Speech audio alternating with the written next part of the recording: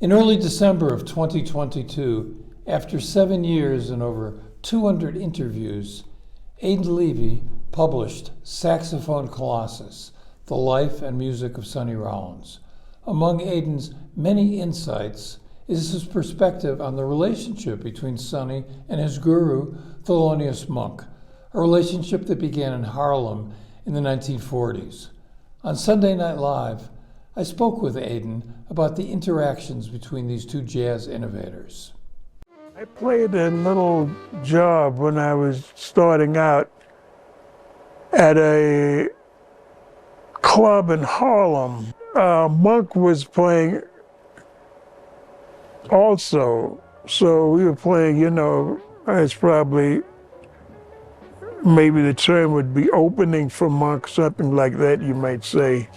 At any rate, I think that's the first time I met Monk, and Monk was very, he's very unassuming guy, and I think he liked my playing. I mean, he indicated to me that he liked my playing, And so I think that's the first time that I met Monk. And then as I was getting older and getting into the business more, why, then I began coming in contact more with Monk.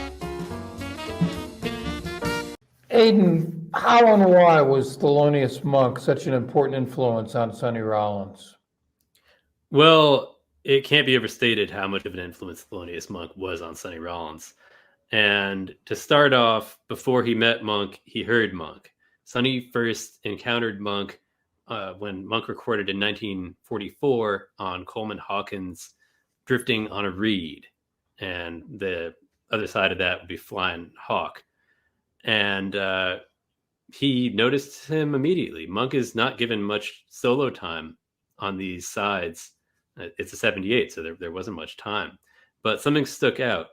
Sonny loved the way that Monk could synthesize the entire tradition of the piano. And we're talking from Chopin to James P. Johnson. And he had that stride piano style in his playing. He had that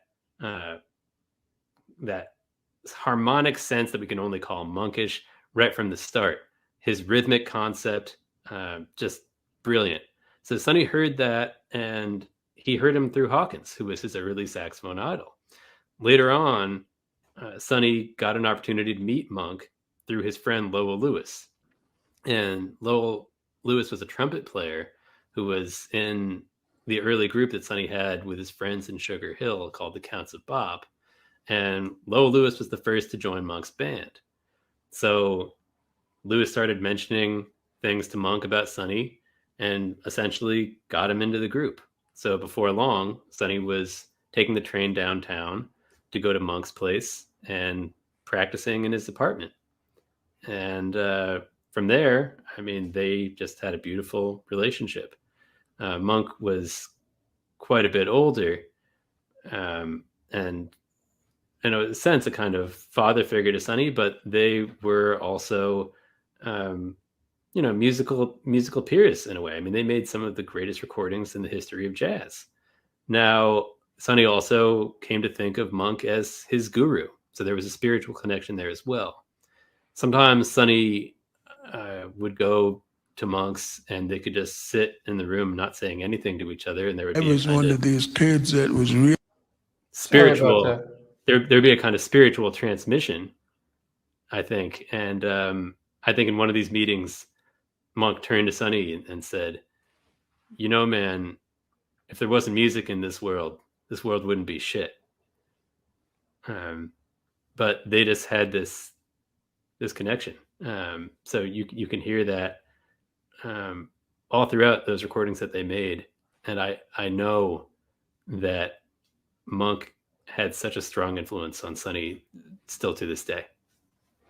Yeah, I think for Sonny, the acceptance of Thelonious Monk boosted his confidence, definitely, Mm-hmm. when he was starting out.